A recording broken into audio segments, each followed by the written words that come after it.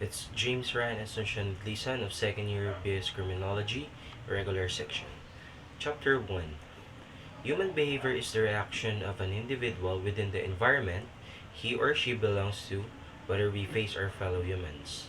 Our actions and reactions as human can be adaptive and adjusted due to a given stimulus. All human beings involved with conscious and subconscious selection, behavioral adjustments, and adaptations attached to internal and external factors. Two types of behavior. Number one, inherited behavior are the behavior of a human being achieved in inborn. It is done and executed naturally and modified as environment adaptation acts on the individual. Learned behavior. This behavior is learned and achieved by the individual. The behavior is learned and adopted by the human to its environment it belongs to. Social relationships. Human beings interact and respond to other people, mold shapes their behavior, conscious and subconscious, due to the environment and group of people we belong to. Social relationship refers to as people interacting and adapting to the group of people and environment we belong. Group society shares different behavior with the people inside involves, especially the culture or known as behavioral norms that we learn and express. People survive by learning and sharing of what we acquire to other human beings. The personalities, as we all know, that every individual learned uniquely are those who we are. Being identified individually, it is formed and shaped by maturity. Classifications of human behavior. 1 to 4. Habitual is the behavior that we usually shown in language and emotions. Number 2, instinctive. It is the behavior we show that has naturally learned. Symbolic. This is the behaviors that we usually want to do but has been said and done to be due being carried out. 4, complex. These are different behaviors being shown. Causes of human behavior. Sensation. Human behavior is affected by our senses. Number 2, perception. Human behavior is affected by what our brains tell us and our behavior responds. Number 3, awareness. Human behavior is affected when our past has something to do today, we react due to experience. Abnormal behavior. It is not an ideal human behavior when we or she knows that is action is normal, but in reality it is not. Normal behavior is our model, but abnormal deviates it. In our society, having abnormal behavior means being sick. It refers as being ineffective within its belonging group or society. Common misconceptions about abnormal behavior. There is something evil with people who has abnormal behavior, but in reality it is not. They have mental illness, men sick, but they don't have evil within them. Number 2, mental illness is all or nothing, meaning they don't really have worth for being sick. Number 3, mental ill will be forever, but this concept is wrong because there are cures for people who has abnormal behavior and mentally ill. That is, they are delusional, meaning that they think is truly reality, but for those who has healthy mind, it is not. Many people do not know what mentally ill person are going through. We must know these misconceptions that we may understand them and know how to treat them properly. Guidelines for judging abnormal behaviors is number 1, appropriateness. The abnormal behavior is there already, but it is up to a person how he would handle the situation. He or she must be appropriate the judging method he uses. If it's in the right place, then it's fine, but it's not, then use proper judgment. Number 2, flexible. Abnormal behavior is inflexible in other actions he or shows, but as healthy mind, we must be able to adjust and understand him or her. Impulsivity. Having abnormal behavior will be uncontrollable, but as healthy mind, we must decide properly and think of the consequences a lot. Next. Chapter 2. Moment.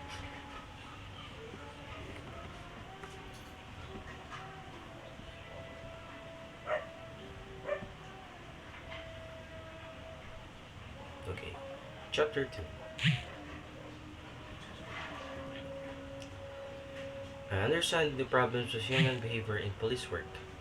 Personality is a set of characteristics in the physiological behaviors such as thought, feelings, and actions of people. There are 3 types of personality: the introvert, extrovert, and ambivert. Personality factors. Hereditary. It is refers to the factor presented at birth such as physical stature, gender, energy, level, attractiveness, muscular, and composition.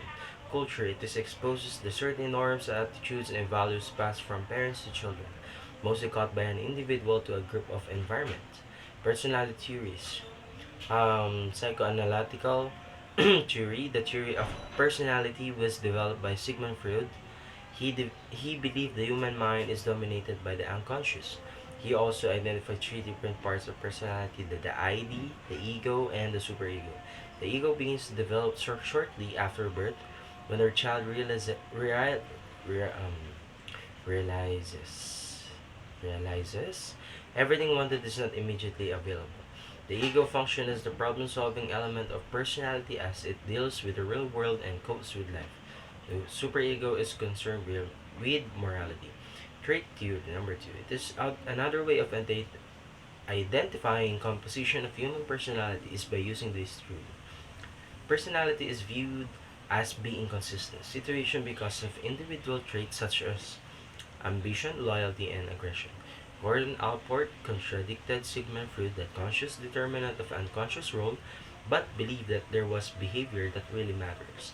Three kinds of traits were cardinal, central, and secondary. Humanistic theory. It is a positive approach that looks at each individual as important, determining his or her own growth. This theory looks as a person, somebody who functions at very highest level. Evolving value system. According to Claire Greaves, normal people, regardless of their intelligence, develop through various levels of existence. That as they move from very limited set of values to wider systems of values that gives meaning to their life. Reactive. Their only interest is this physiological aspects of work such as play, benefits, safety, working conditions. Number two, tribalistic. This is the first established way of life. Group values is considered to be binding. Egocentric. They are often selfish, thoughtless, unscrupulous, and dishonest in dealing others because they have not learned to live with their means. Conformists. They accept their position in life and iniquity as a fact of life. Manipulative. They are goal-oriented moral entrepreneurs which desire to meet their own needs regardless of the cost to others within the organization.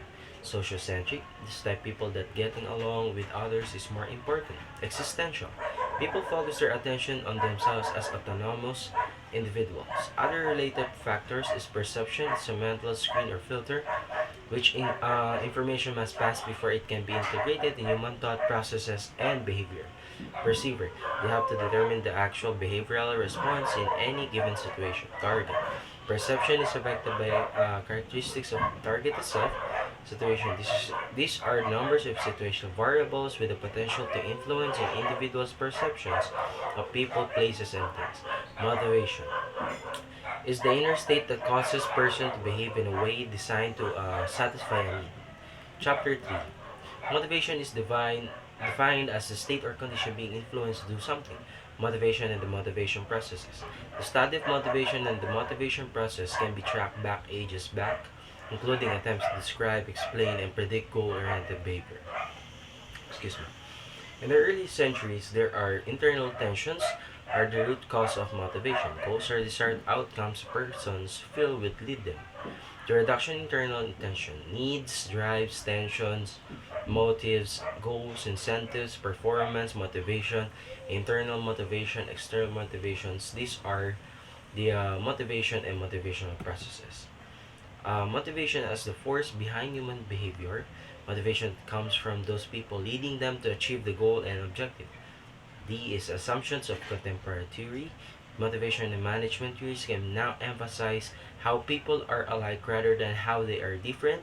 They believe the real key to human motivation lies in capitalizing on similarities rather than exploiting differences. Motivation to work. Reward the people for proper behavior and it usually gives the best result. Failure to reward the right kind of behavior and most likely get the wrong result. Last is motivation cycle. It is the process that consists of needs, setting our drives to accomplish goals. But that intensity of the drive toward the goal is always proportional to severity of the need. A moment. Um, Chapter 4, I think. Chapter 4. Chapter 4 and 5.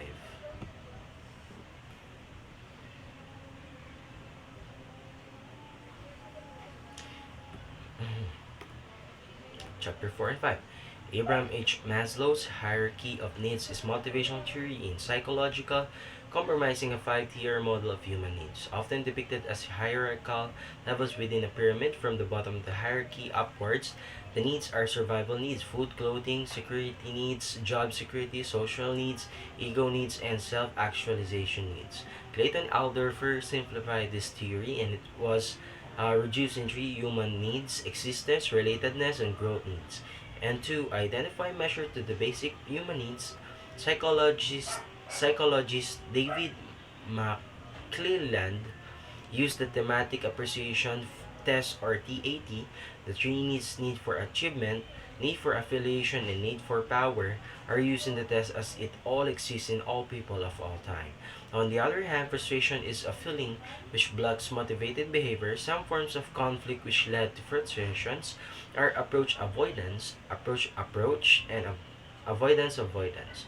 Frustrations are usually manifested when people fail to realize or reach their goals. To react to these frustrations, people tend to have their coping mechanism by fighting the problem or getting angry and becoming aggressive. All of these are known as the fight, but some people lead to worse as they become alcoholics or drug addicts. They usually react in these ways: direct approach, detour, substitution, withdrawal, or retreat, developing a feeling of inferiority, aggression, and defense mechanisms.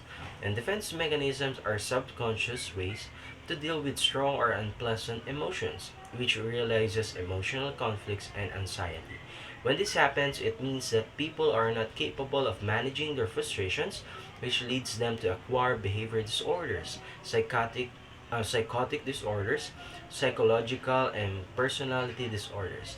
People who are suffering from frustrations and psychological problems are challenging to handle.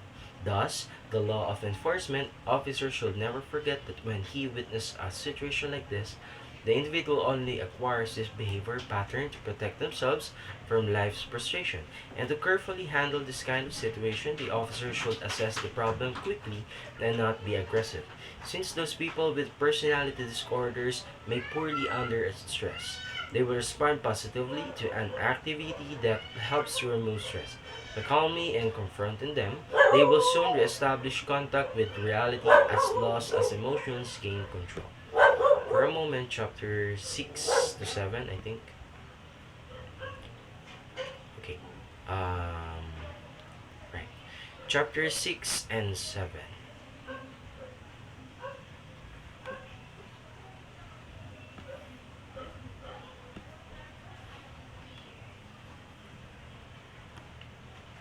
Chapter 6 and 7. Sexual deviance characterizes any arousal or sexual preference directed towards objects or activities outside of societal norms, but it does not necessarily mean that it is a mental illness and should not be considered criminal. In the Philippines, the revised penal code says no legal consequences regarding sexual deviancy except if the offender violated our criminal law. Criminal-related sexual behavior involves rape, sexual deviancy, and heterosexuality or sexually, and there are 8 deviant social behaviors varieties: homosexuality, fetishism, travestism, sadism, masochism, exhibitionism, voyeurism, incest of pedophilia, bestiality, and necrophilia. People who acquire this behavior can sometimes easily be judged, but the police officer should understand and examine his knowledge and attitudes towards sexual deviancy, so that the officer will be able to act with the complete professionalism and responsibility. Moreover, a crisis, when someone or something is affected by one or more severe problems, this involves wherein the individual has reached a weakened mental state that leads to losing the ability to cope with the situation. As a police officer, it is customary to deal with the symptoms and the crisis rather than the causes. There are basic guidelines that should be followed in times of crisis. First, it is to assess the situation. The officer should identify the cause of the problem, and what should be done. Second, is to take immediate correction action. Separate the involved parties or arrest if necessary. Third is to listen and observe. Fourth is to employ crisis diffusion techniques wherein the officer should communicate well to be hostage taker or suicidal person. Sorry. And to be able to accomplish this, the officers should lower their voice and make eye contact with the person you are addressing. Touch the person if necessary and make an attempt to compromise. And fifth, the police officer should follow up. The police officer should know how to handle the crisis and take over the situation. And to be able to do that, he should embody the qualities of a good crisis manager by having a presence of mind and being alert at all times. The officer should be eager to define the situation, specify objectives, develop hypotheses, gather facts, analyze the facts, consider and evaluate possible courses of action, and decide and implement. Only then, if he is already accomplished and has faced many crises, he will be a very effective crisis manager. The experiences will help him to act and decide quickly. Also, the team will develop properly, managing and monitoring the performances. They will serve as motivation and inspiration as an excellent leader to the team. And lastly, is encouraging them in their works and leading them to develop confidence in their abilities. Last is chapter 8 to chapter 9. For a moment. There you go. Chapter 8 to chapter 9. The word terrorism is used today to define almost all illegal acts of violence committed for political purposes by clandestine groups. In the case of David et al. Versus Pres Gloria Macapagal Arroyo, the Supreme Court has the opportunity to comment on the phrase acts of terrorism. The Supreme Court says the definition of terrorism will fluctuate depending on whether a state in occupying power, a rival, or an adversary of such power. The UN organization has been unable to decide on the definition because of the conflicting interests of sovereign states. The word terrorism appears once in our criminal laws. Terrorism has been magnified by the unforgettable event of 9/11. The critical distinction is who is calling the shots, difficult to determine. It is essential to understand the origination states carry out not all international terrorist acts. The Russian socialist revolutionists attempted to use terror tactics to overthrow the Caesar at the beginning of the century, only to thwart Bolsheviki. Pure terrorism has been remarkably successful in the 20th century. The present question is, what about today's terrorists? What are they after? Western societies are experiencing a new form of terrorism from men and women. Most terrorists resort to the pure criminal acts such as bank robberies and extortion solely to fund their activities. In the wrong hands, technological advances could prove devastating to security forces. The hijacking of gasoline truck almost certainly indicates the future appearances of 50,000-pound benzene bomb. Uh, Terrorism is as old as the history of civilization. IRREG is pervasive throughout the world. The objective of the terrorists is to instill doubt in the midst of the targeted. We must take positive action to make the target difficult and cause the terrorists to consider softer, easier targets. The proletariat led Bib avant-garde made of many disillusionized members of the intelligentsia would rise through armed revolt and overthrow the Borgies. Karl Marx and identified and exploited this concept in 1948. Then he wrote the Communist Manifesto. Distinguishing between terrorism and true revolutionary movement is quite difficult to ask. Let's divert our attention to government, not the national but the local levels. These are the proper foundation on which the democratic processes identified in the Constitution rest. The most visible agency in local government are the public safety organizations. Chapter 9. Hostages are taken for many reasons, not all initially apparent in political terrors. The ground showed the public that the government cannot protect its citizens. The practice of the hostage taking for political bartering purposes has persisted today, although the Geneva Convention declared it contrary to human rights. The criminal may initially demand money but later reduce his demand to guarantee physical safety or clemency in court. A mentally disturbed person may take hostages to right what he believes is wrong. Negotiations are the safer course for avoiding liability. However, it must not be stressed the safety of the hostages, rather than the fear of harm is paramount. negotiation is the whole object for the hostage taker, a trump card to be played. The most critical consideration in a hostage taking situation is that law increases liability. Where a positive action is undertaken, negotiators should try to gain as much information as possible, medical arrest records, etc. Policemen will have to discover the hostage takers' intentions and objectives. Time is found to be an asset if no over aggressive acts are committed. Negotiations mean talk, and talking is helpful. Police officer may have to resort the ego flattering if he can get close enough to a fanatic. A paranoid schizophrenic's thinking is disturbed to the degree that he is out of touch with reality, suffering from psychosis, mentally deranged, or insane. Excuse me. These are two primary symptoms: hallucinations, hearing things or seeing things that are not there. Delusions, a false belief system that persists despite evidence to the contrary. Negotiator don't bring his parents, friends, and etc. It will only serve to make him believe that you do not understand his problem and will be unable to help him. Gently interrupts his lengthy statements about sins or deaths and convince him to talk about interests, hobbies, or anything positive, all the while relating this to his self-worth. The negotiator should avoid jail sentences and help must be hospitalized. Negotiators are not decision makers, and because of this, ranking members of the agency and high-level government officials should refrain from performing this function. Criminals are the easiest to negotiate with because they fear police assault and are rational thinkers. Politically motivated terrorists take hostages with the intent of getting as much publicity as possible for their cause. Priorities are to preserve life, recover and protect property, and succeed in negotiating with the hostage takers. And negotiators should speak firmly but not in a threatening manner so that the violence will be lessened for the sake of the hostages. Assaults, when decided upon, should be carried out within 7 seconds of decision. Walkie-talkies are still the best communication tool, very effective in giving orders. Once again, this is chapter 1 to 9 of um, is this crimsoc3, right?